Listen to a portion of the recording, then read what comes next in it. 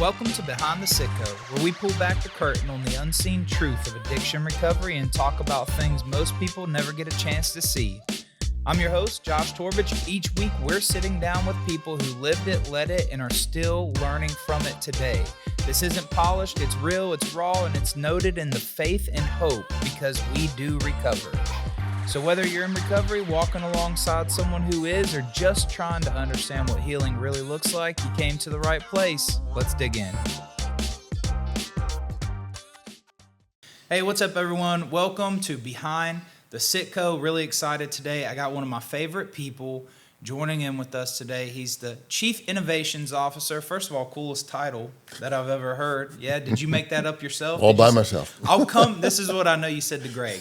I'll come to work for you, but only if I get to be called Chief Innovations Officer. Exactly. This way nobody knows what it is, and we can just go from there. Nobody knows what you're supposed to do, so you're always doing what you're supposed to be doing. My friend Anthony Grimaldi is here with us today.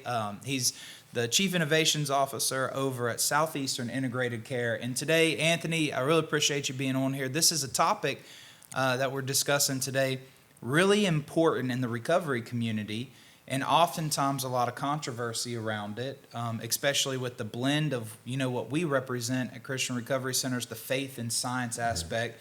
Today's topic, everyone, brace for it.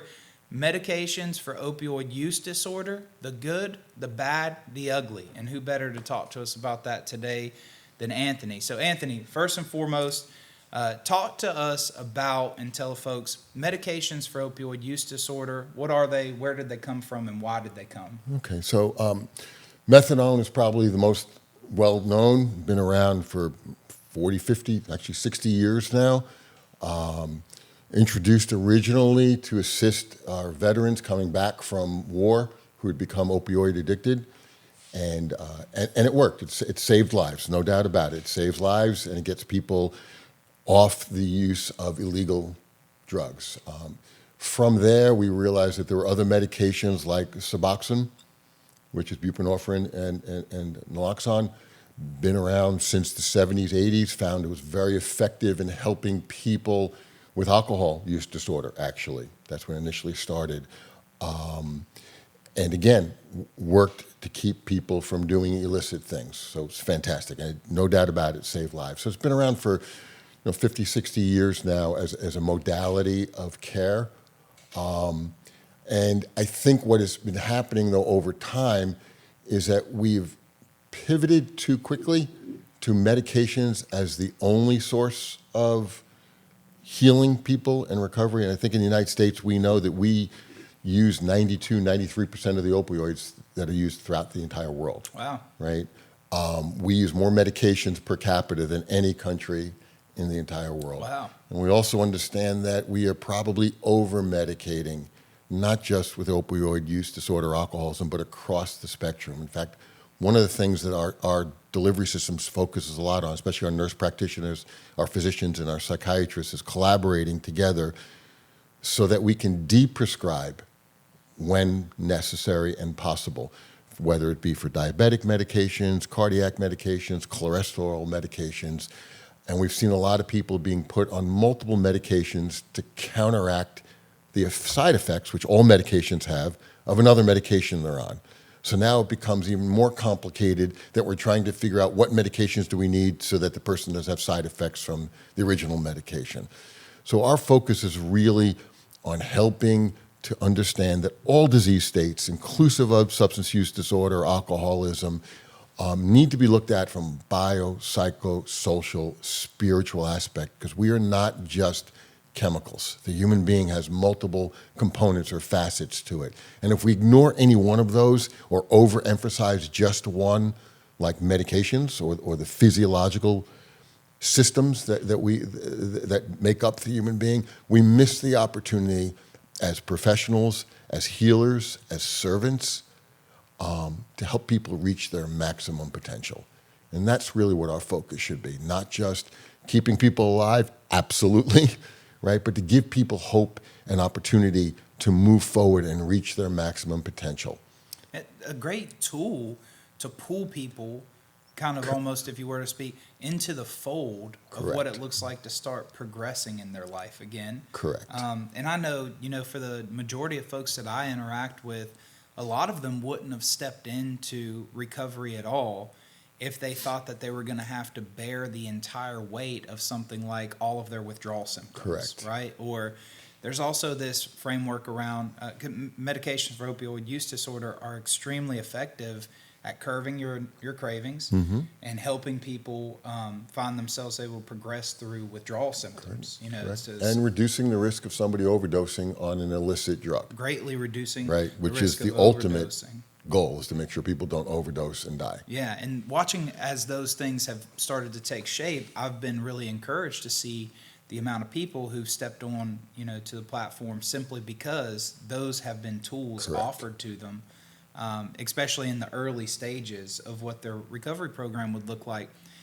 There's always this space too where they're not ready to fully engage with how disciplined you would have to be to really find a biopsychosocial ecosystem working effectively for you. So first of all, let's tell the folks about the biopsychosocial part and why is that important? What exactly does that mean for the people who are listening to us? So we often tease our new staff, who are, especially our clinical staff, who are trained to assess clinically what's going on in the head of the client.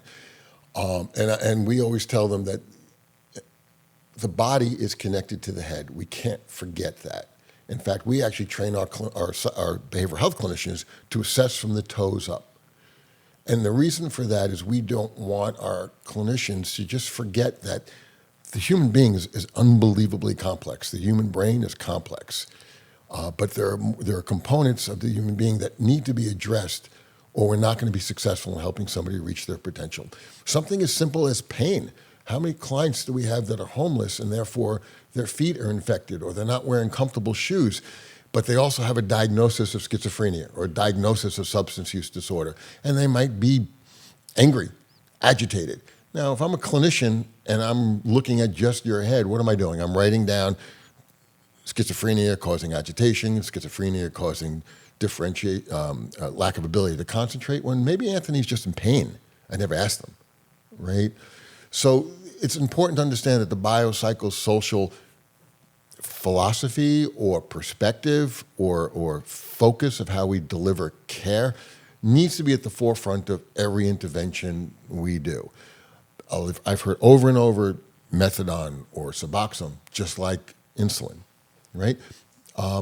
For many, yes, it is doing exactly what insulin does in helping regulate the endocrine system. Suboxone regulating the neurotransmitters that are causing people to have urges or that craving, correct? But insulin alone doesn't help a human being get healthy. I've got to change my diet. I've got to change my cortisol levels with stress.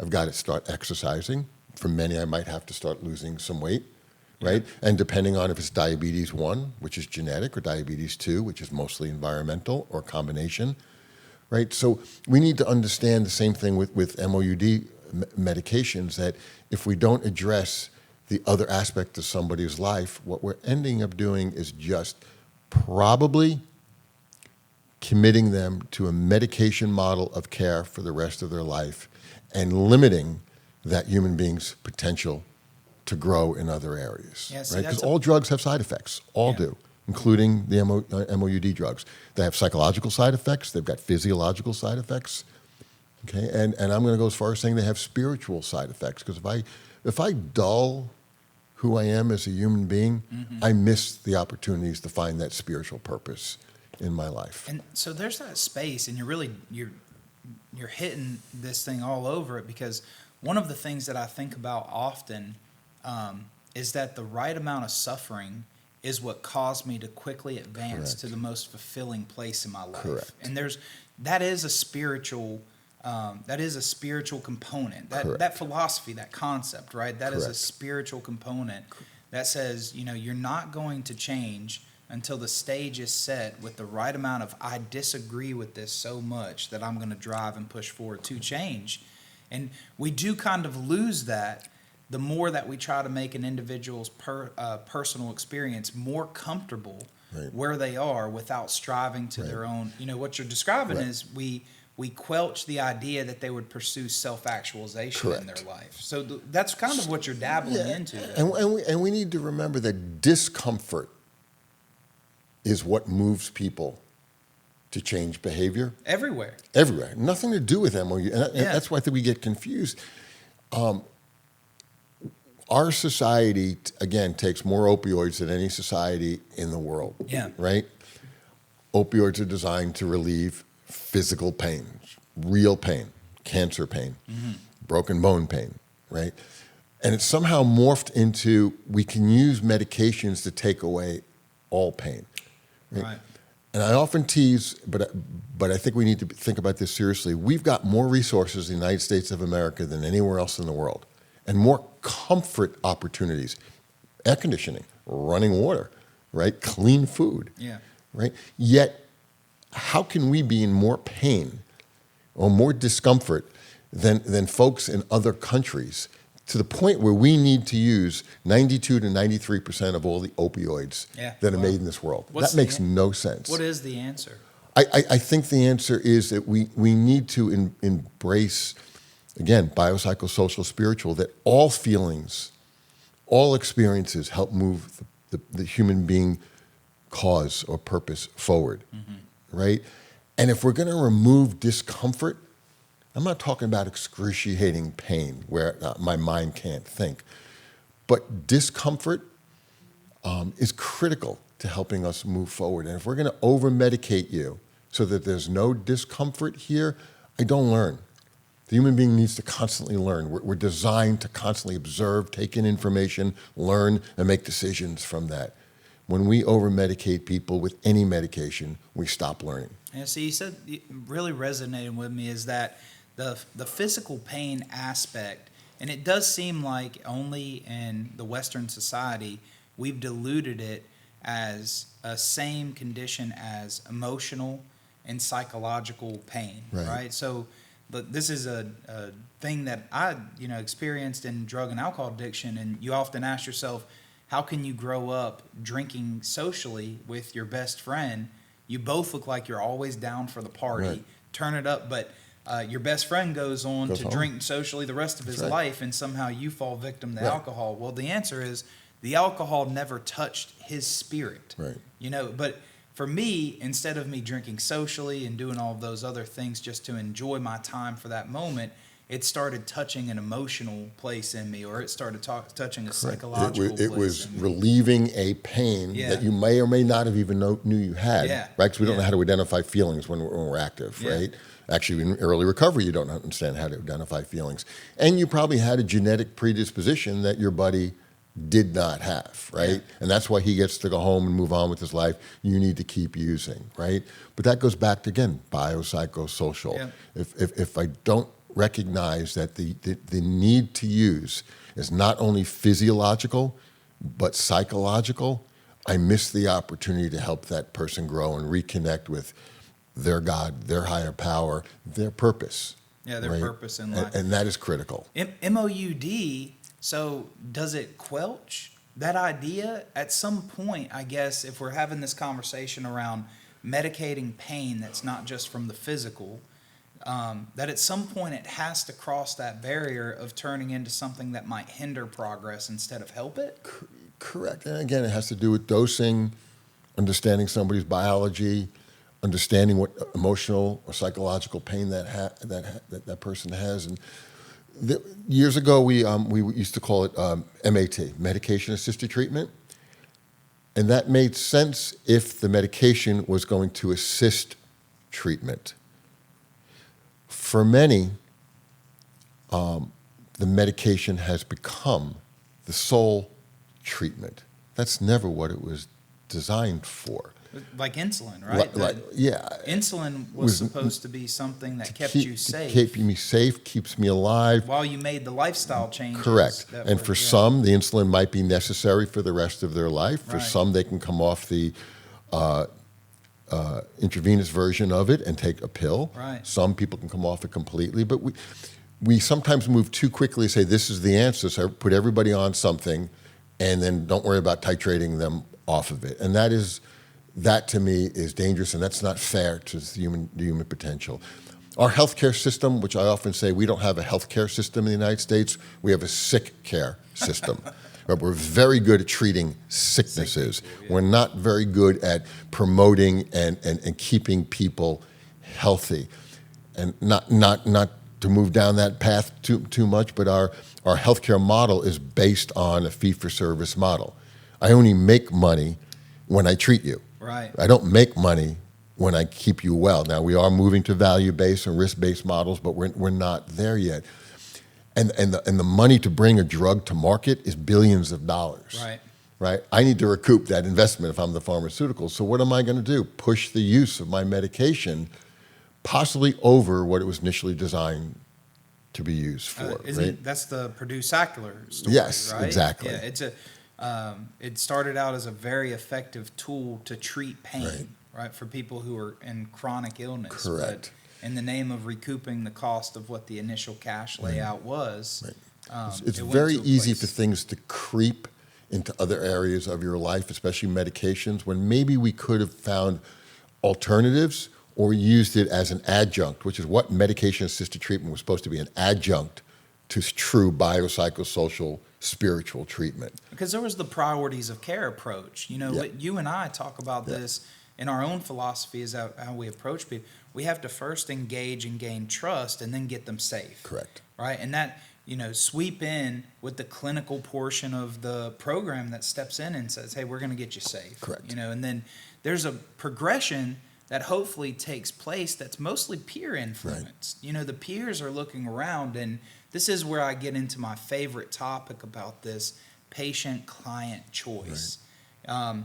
There's the aspect to where you would say people are choosing, and you don't get to choose your daily interactions as much as more it's important to choose where you want to be. Exactly. Where you want to go. And, if a guy who came to a program in 2013 and was wrestling with all of the things we're discussing today, I didn't necessarily like the choice of what I had to interact with through all of that process of getting well, but I stayed true to it because I was actively choosing where I want it to be. Correct. What I want it to do, how I want it to get to this place in life. Correct. And I think we have mistaken or misinterpreted what client choice or patient choice should be.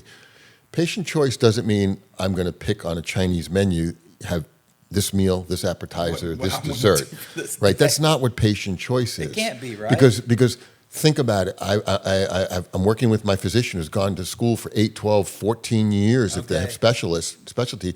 It's not a 50-50 partnership. They're supposed to know things that I don't know. Exactly. Yeah. And be able to provide resources that I don't know. My patient choice is I chose you as my physician or you as my healthcare provider, and then I'm choosing that I would like to get well. I want my cancer treated.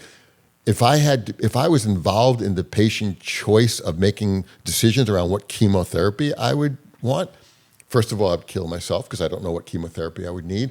But knowing that there's side effects to chemotherapy, what am I going to say? I don't want that one. I'm going to lose my hair. I don't want that one. That's going to make me sick, right? Those patient choices will be deadly. Right.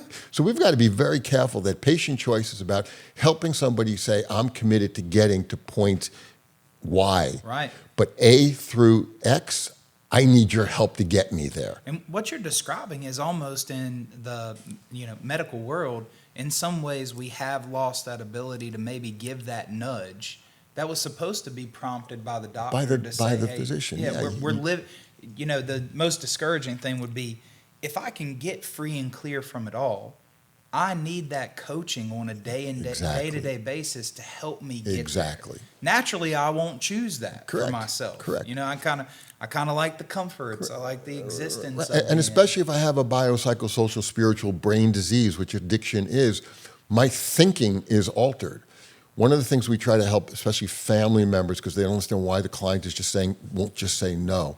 So you need to understand that the thinking of somebody suffering from SUD is to protect their supply, right? The drug to the brain That's a great becomes as important as oxygen. That's a great point. So I will do whatever I have to do to protect my supply. So my thinking now is based around protecting my ability to continue to be ill. Nothing matters more Right. than my ability Correct. to make sure that is there. And I'm going to compare that to other illnesses. When the disease of cancer starts to take over the body, what do the cancer cells do? They replicate, even if it means killing off other healthy cells in your body, right? All diseases do this. Addiction works the same way. So my brain is being impacted by the replication of thoughts and by neurotransmitters that are now being reprogrammed to say, I need to use above all else. Yeah.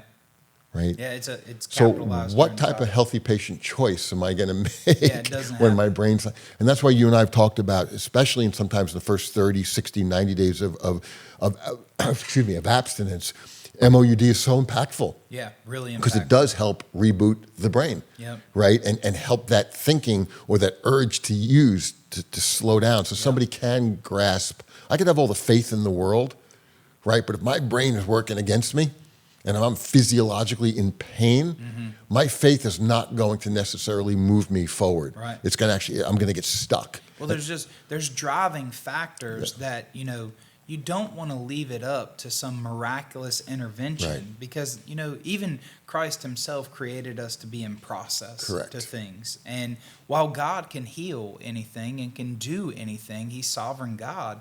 Oftentimes we do live with the choices that we've made and the interactions that we've had. It's an imperfect world Very that imperfect. we're working in. So even coming from that place of faith, the science piece of this It's critical. is critical. Exactly. Yeah, it's critical to step into that and knowing with both eyes open the place that we've chosen to go. And one of these things that we're really digging into here is when medications for opioid use disorder, not only effectively for somebody who wants to choose the lifestyle of active addiction, but also somebody who doesn't want to find themselves fully in commitment to all of the demands of a biopsychosocial progression. Correct. Right? So if They're you're not gonna, there yet. They're not there yet, right? And there's a lot of people in our society who they're not ready for it. Right. And I know for personal experience, the folks we interact with in the programs, we love having Southeastern as a partner because we get to say, hey, there is this option. Right. It's okay for me to want this for people and keep working with them while they're only here. Right. And that is the truth. Where we meet them here, they start to head into the progression of the treatment recovery program aspect of it, and we really have this vision. We want them to be here, but what happens? Maybe they get stuck, and they're saying, "Hey, I can't give any more to this thing. I'm not willing to." That's okay. Hey, there's another. For today, that's okay. For today, that's okay. We as society have got to get to the point where settling is not okay. Not okay. Right? Keeping you alive is critical, right? But if there's more to your life than just staying alive, let's move in that direction when you're able to do so. Yeah. Too much comfort allows people to settle. And I've seen this even in the academic world. I see people with enormous skill sets and enormous capability. They get comfortable and they stop pushing. Yeah. And how sad is that our spirit almost gets squelched, right? Because the spirit is what makes us the human being that we were designed to be. The rest of it is just the vehicle. Yeah, I have a quick story about that because remember when I was in active addiction and I had been smoking crack in a house for a few days, and I remember that I was looking around at the people who were there, and I was starting to see things, right? And, I was in that disillusioned state, but I have so much clarity around this memory where I looked around and there was a part of me that just kind of started accepting my fate. Right.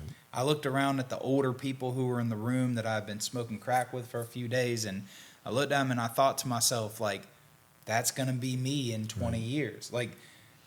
Almost your spirit starts to reconcile with the idea of this is what it is. And that's when the disease now is taking full control of you as a human being. And that I'm saying that to describe Behind the Citgo, my most hopeless state. Recovery can never look like that. Right.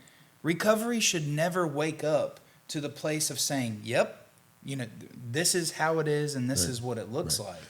Good enough is the enemy of great. It shouldn't exist. It should not exist in the recovery process. Right. So sometimes, and we're all overwhelmed in the behavioral health. Actually, we're overwhelmed in the healthcare system, right? We're overworked, right? The regulations are through the roof. The needs are critical. The funding is not always there. Even as a healthcare professional, sometimes it's easy to say good enough, right? And sometimes when you use MOUD models as the sole source of care, we get comfortable saying good enough. Anthony is not overdosing. Anthony is not causing any crime, right? Anthony's able to show up at his job. Mm-hmm. But Anthony has the ability to do so much more than just showing up is important. It's 90% of the game. But that last 10% is what makes the human condition amazing. Yep. And what makes life worth living, I would challenge you there. I would say that's what makes life actually worth living. Point well taken. So we're back in that space where we're kind of describing what I would consider the middle ground in a lot of this. And there's not a lot of people who would sit here with us. You know, you have many people, and you know this, but recently I was added to the committee for the Unshamed campaign that's going across the state.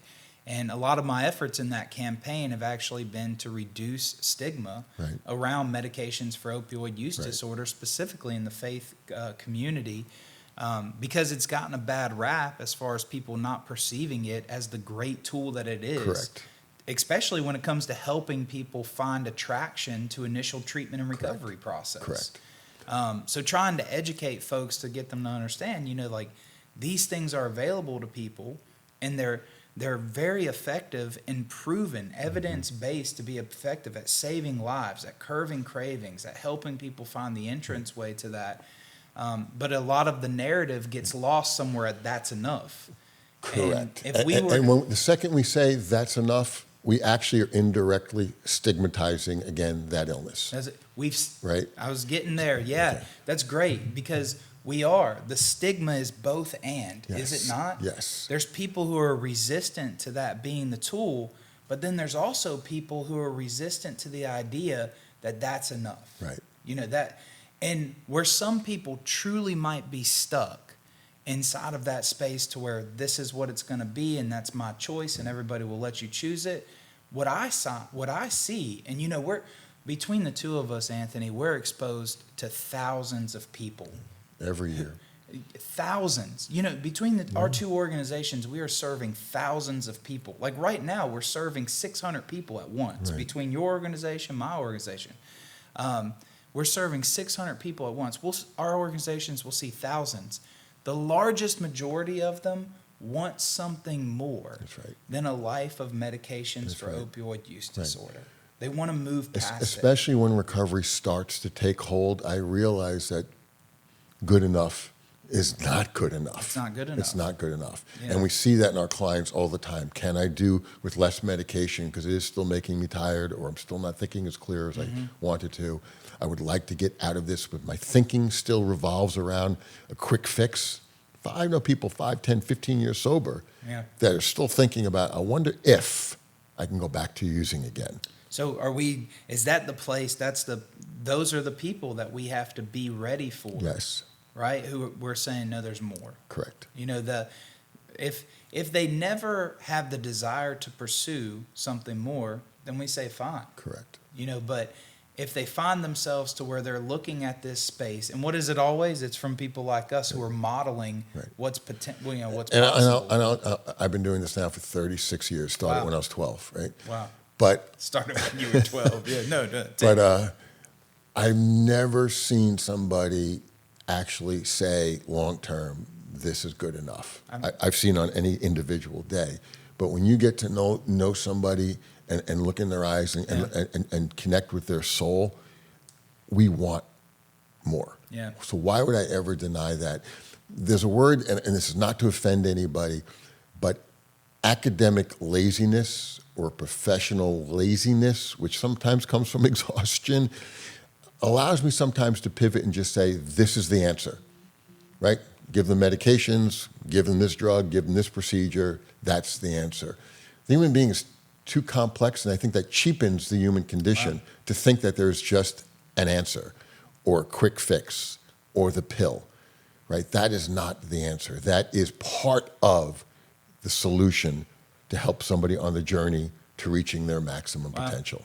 Yeah, my life models exactly what you're describing, and I'm going to build in this idea of every day I've had people positioned in my life, sometimes 3 or 4 of those same people, going all the way back. I've been sober for 12 years now, who are quick to challenge me from what I considered my current condition and the status quo of the way I was living. You're not going to find that as much as you should inside of the pharmaceutical option, inside of the medical systems that are now providing that kind of care for us. Where do you find that? You only find it in the community-based approach. Correct. You find it where I found a peer, I found a mentor, I found somebody who truly wants to push me in the direction of my potential. And that's, by the way, applicable to all aspects of life, not just recovery, right? Yeah. So people forget treatment is not life, right? Physical therapy is not life. Right. Medication is not life. Those are tools, techniques, resources we use to help somebody get their life back. Keep their life, first of all, keep them alive, and then get their life back. Right? I am the first to say, I think when you and I first met years ago, treatment is not recovery. Treatment's not recovery. Yeah. Treatment is the mechanism we use to keep somebody alive, to reboot the brain, to give them the resources, the skill sets, the insight, so they can embrace recovery. But recovery happens in community, in church, in family, because the human condition doesn't exist in a hospital. Wow. It doesn't exist in treatment. The human condition and the human potential exists in community. If you had the message, and let's just say you're talking to somebody today from the faith-based community, let's say, who didn't see a point for medications for opioid use disorder, you say, hey, that thing's the devil, and I don't want nothing to do with it. What would be the first thing that you'd say to that person, get them to understand how effective it is? I think the first thing I would say is the second we believe something is the devil is one. Okay. All right? But the next thing I would say is, why would we ever limit the human potential by eliminating a resource? Medication is not recovery. It is a critical resource. So why would I do that to this human being? Especially when we understand that the biopsychal component, especially in early recovery or early abstinence, has to be dealt with immediately. And if I think I mentioned to you, if I am jumping out of my skin because I'm going through withdrawal or post-acute withdrawal symptoms, right? And my brain is still wired to protect its supply, I need to use again. My faith is not going to overcome that. So why would I put you in a position to suffer unnecessarily? Discomfort, yes. Suffering, deep suffering, no. I need to do surgery on you, Josh, and that surgery will save your life. But I don't believe in anesthesia. I'm going to do surgery without you being... Please don't cut me open. Why would I do that? Don't do that. Well, you don't want me to cut you open to begin with. But the anesthesia is going to help you get through the excruciating pain of going through this surgery, which is going to save your life. Yeah. Right? So why would I turn away any opportunity? Now, when you become dogmatic that the medication is the only thing you need to be in recovery, no, medication is treatment. But treatment and recovery are two different things. So same thing, you would say, let's go on the other side of that coin that you started to dabble into. You're meeting someone who says, I've been on medications for opioid use disorder for the past year, and plan to be on them for the next 50 years. Mm-hmm. And how do you approach that conversation when they say this is the way and this is how my life should look? I think my first question would be, and how is this working for you? And as we establish a relationship, what are your dreams? How's your family doing? Are you reconnecting? More importantly, are you learning new skills to help you improve that spiritual part of your life, right? And taking away something like a drug, an illicit drug, doesn't necessarily mean I'm going to learn new skills. Right. Right?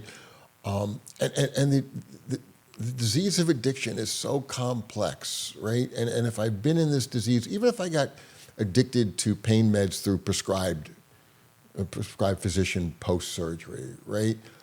I still need to assess what else have I been doing because of that addiction that has now changed my thinking, my perspective, right? And just removing that drug doesn't necessarily change my thinking overnight, right? There are folks that have often said it'll take 5 to 6 years for somebody in recovery to truly rethink how they do their life. Wow.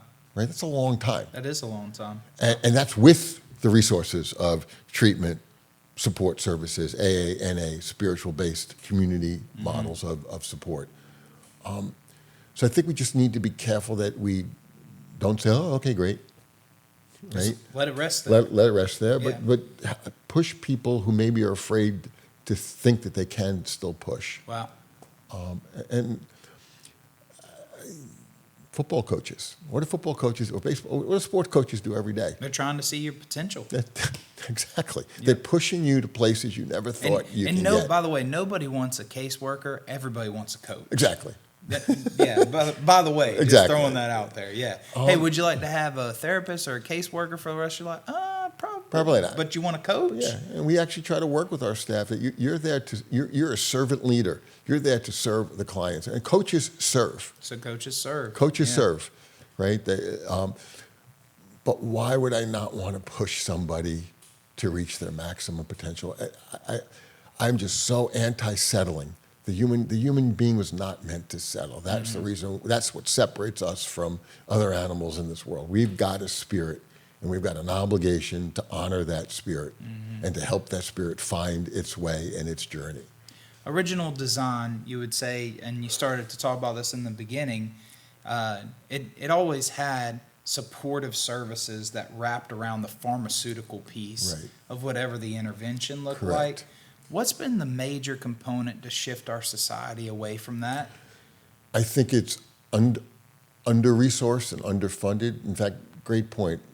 When MOUD really became popular in North Carolina, it was written into the regulations that therapy had to be provided in conjunction with it. Couldn't be, you could not prescribe MOUD of itself without providing therapy, especially Suboxone. And that's changed. And that has changed. And I think there's still some discussion on whether that maybe should be changed back. I mean, there's definitely a push toward integrating.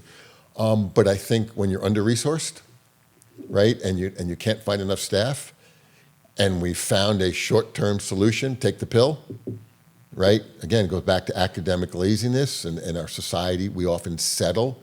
We've got the person to the point of comfort and not dying, which is unbelievably important. There's no potential when you're dead, right? That we got stuck again. And I think, again, don't want to be political, but pharmaceutical companies lobby a hell of a lot better than treatment providers. Faith-based nonprofits. Or faith-based out in the nonprofits. You know, I remember when Percocets started to hit the market and the docs were told, if you prescribe it properly and the person's truly in pain, they will not be addicted. And we found out that that's absolutely false. Yeah, completely Right? false. You could be completely compliant with that medication and truly be in physiological pain Yeah. and still become addicted because there's a genetic component to it and because the drug by nature is addictive. And I had a mentor tell me years ago that, you know, our brain piece, not the spiritual piece, is often like a factory, right? And it's a well-oiled machine, right? But if you introduce something from outside the factory, like a drug, right, the internal organs, the internal workings get mucked up, for lack of better words. And after a while, that dopamine that my brain was producing naturally is coming from an external force called the drug, right? Yep. Well, the plant shuts down its dopamine production because I got it from an external source. I take that drug out of my body now, that cocaine. The plant doesn't just refire tomorrow morning. It could take months, years to rebuild that plant. So right? would MOUD slow that process for the brain to start to fire? I and think create its own it dopamine? will allow the brain not to suffer to the point of incapacity, Okay, right? But you still need to wrap all the other stuff we're talking about around that. right. So watching as the society took that shift away from it, do you know what was the cause of that? When someone whoever, the powers that be, started to make that decision to step away from this wraparound model that partnered with pharmaceuticals? I've always been taught follow the money. Okay. Right? Money has a big influence, and if the pharmaceutical companies are making, and I'm not anti-pharmaceuticals, I want to make that clear. Yeah. But if pharmaceuticals are making a fortune, and at the same time can show government that we can save money somewhere else, right? Everything's about the budget. Budget's got to balance, right? If I could save money here by not doing all this other stuff right now, and the pharmaceutical companies are making money convincing you that we should move in this direction. Right.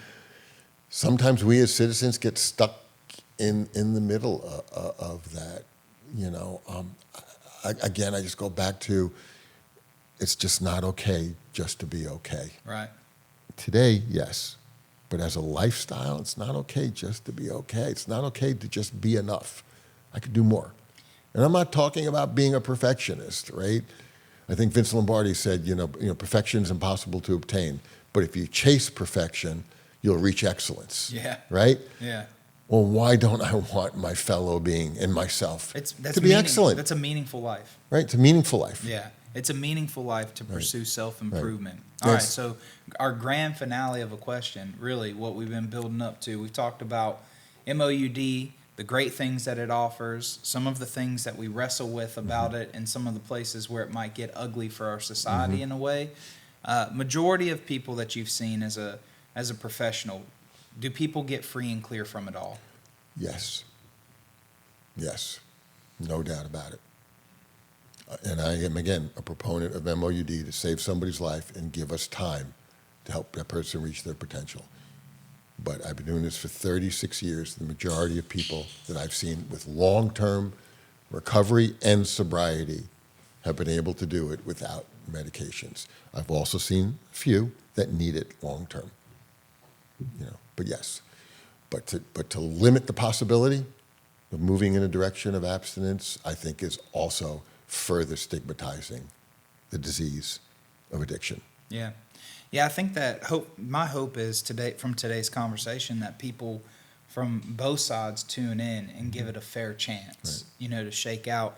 And another offer that we would make is to visit the work that's going on here.